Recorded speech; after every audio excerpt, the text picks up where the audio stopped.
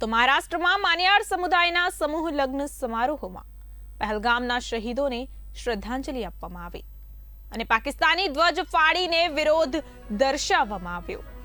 ત્રીજા સમૂહ લગ્ન આયોજન શેજગર મુસ્લિમ સમાજ ફાઉન્ડેશન સુપ્રીમ કોલોની જલગાંવ દ્વારા કરવામાં આવ્યું હતું.